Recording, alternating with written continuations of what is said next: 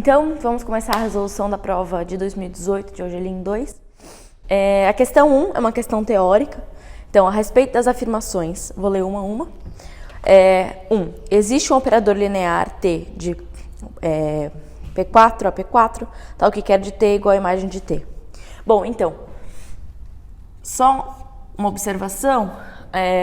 Operador linear é uma transformação linear tal que o domínio é igual ao contradomínio. Então, como a transformação está sendo aplicada de P4 em P4, é um operador linear. Mas isso é um detalhe, só para vocês ficarem ligados quando aparecer essa palavra na prova.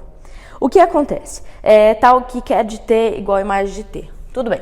Então, ele quer saber se existe um operador linear de P4 em que isso seja respeitado. Então, vamos pensar, o que é quer de T? Quer de T é o nosso núcleo. O núcleo da transformação, ele é um subconjunto, então é um subespaço do domínio, tal que os vetores contidos nele levam ao vetor nulo da imagem, tá? E a imagem, que é essa daqui, é um subespaço do contradomínio, em que são os vetores atingidos pela transformação. Os vetores que vêm do domínio são atingidos pela transformação e caem na imagem, tá? Então, eles são conjuntos completamente diferentes, certo? Se eu tiver essa condição, logicamente, eu teria isso aqui também.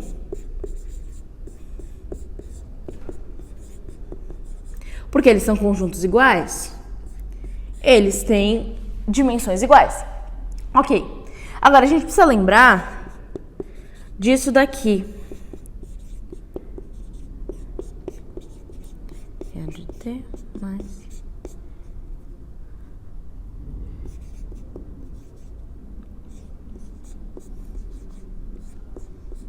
né? Bom, essa fórmula, ela vai falar que a dimensão do domínio ela é igual à dimensão do núcleo mais a dimensão da imagem, tá? É um pouco lógico se a gente for analisar o que isso significa, porque pensa, o núcleo é a dimensão de vetores que levam ao zero. E a dimensão, ou seja, vai ser uma parte da imagem que vai ter dimensão zero, porque a dimensão de um conjunto vazio é zero. E a dimensão da imagem, então, seriam todos os outros vetores que não são zero, ok? Mas tudo bem, não precisa entender isso, decorando essa fórmula tá ok. Tá bom, então, qual é o meu U? Qual é o meu domínio, né? O enunciado me fala que o domínio, nesse caso, é o P4. O que é o P4? É a classe de polinômios de grau 4. Ou seja, isso daqui seria na forma a mais bx mais cx ao quadrado mais dx à terceira mais ex à quarta, certo? Então, qual é a dimensão desse vetor? 5, porque eu tenho 1, 2, 3, 4, 5 variáveis para formar esse polinômio, tá? Então, a dimensão de U, nesse caso, vai ser 5. E se eu tenho dimensão do núcleo igual à dimensão da imagem, então isso aqui eu posso escrever como 2 dimensão do núcleo. E aí, passando isso aqui para o outro lado, eu ficaria com dimensão do núcleo é igual a 5 meios. E isso daqui é um absurdo. Porque não tem como um conjunto ter um número de dimensão que não é inteiro, tá? Então, a afirmação 1, ela é falsa. Ok. Então, a afirmação 2, a função t de p de 5 em p de 5 é igual a t. P de t igual a p, t mais 1, para todo p de t pertencente a p5. É uma transformação linear. Tá bom. Então, o que ele quer que a gente prove é se essa transformação aqui, t de p de t, é igual a p de t mais 1. Então, aqui a gente vai ter que lembrar de duas propriedades que a transformação linear necessariamente tem para ser caracterizada uma transformação linear. A primeira é essa. Então, T de U mais V é igual a T de U mais T de V.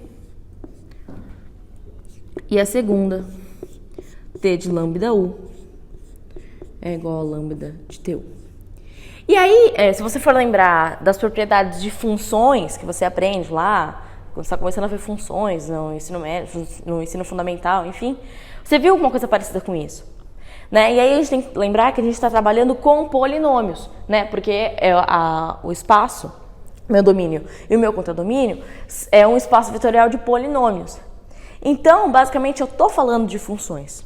Se as funções, elas respeitam essas duas condições, então, muito provavelmente, isso aqui também respeitaria.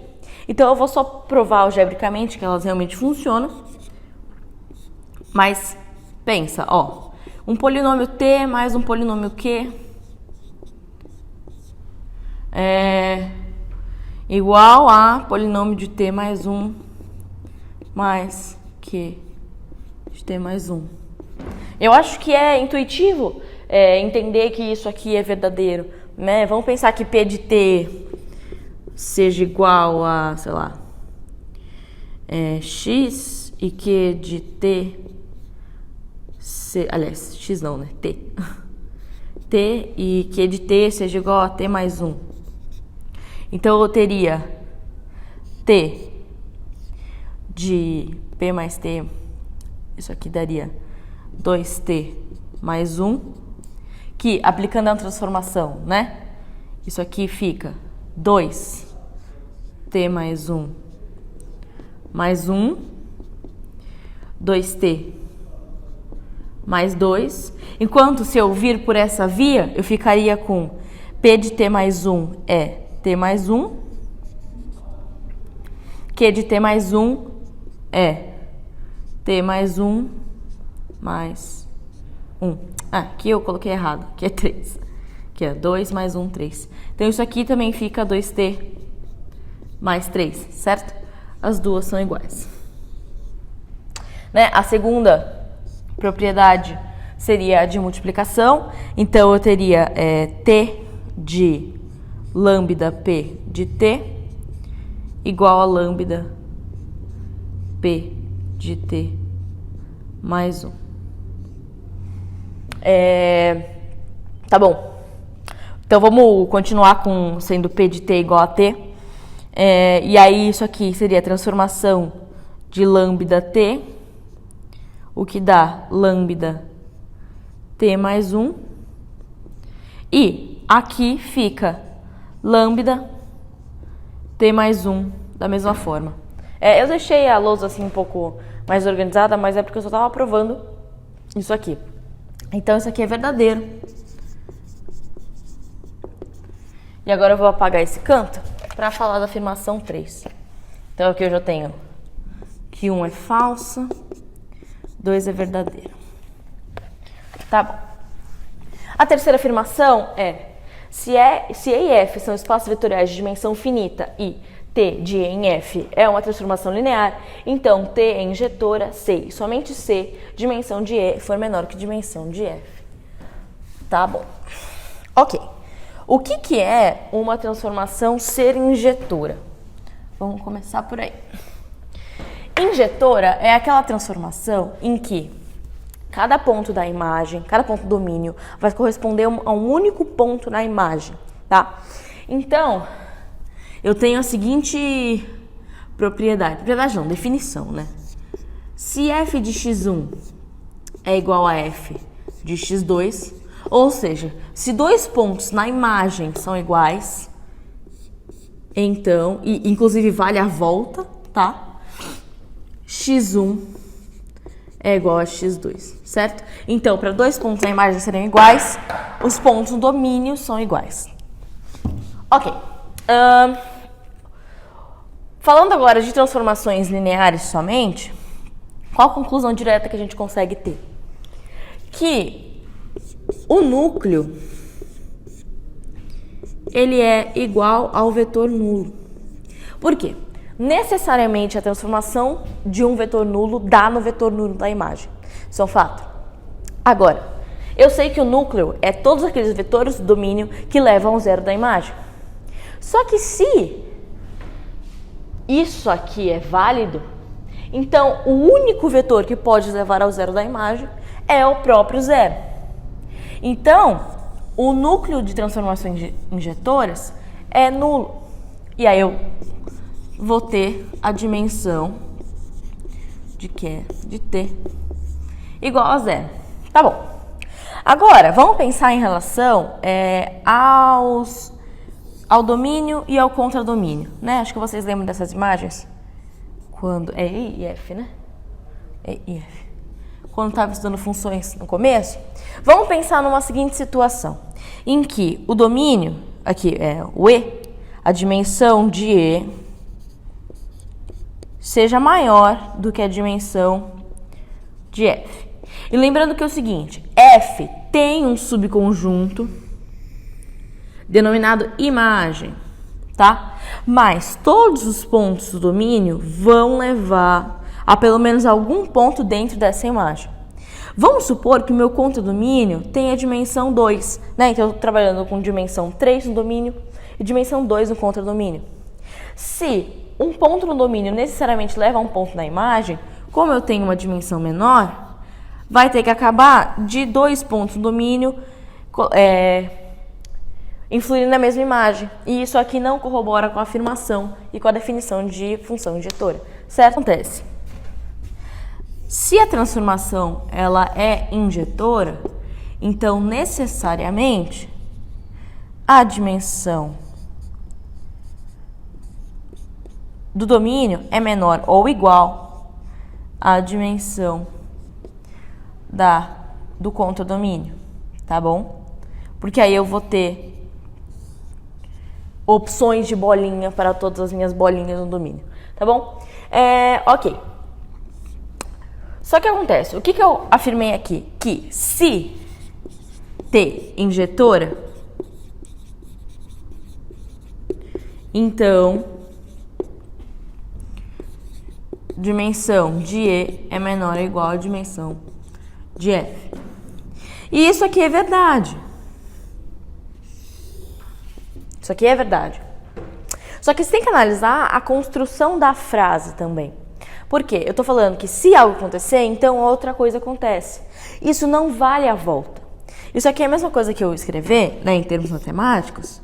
T injetora, logo, dimensão, Eu não escrevi isso daqui.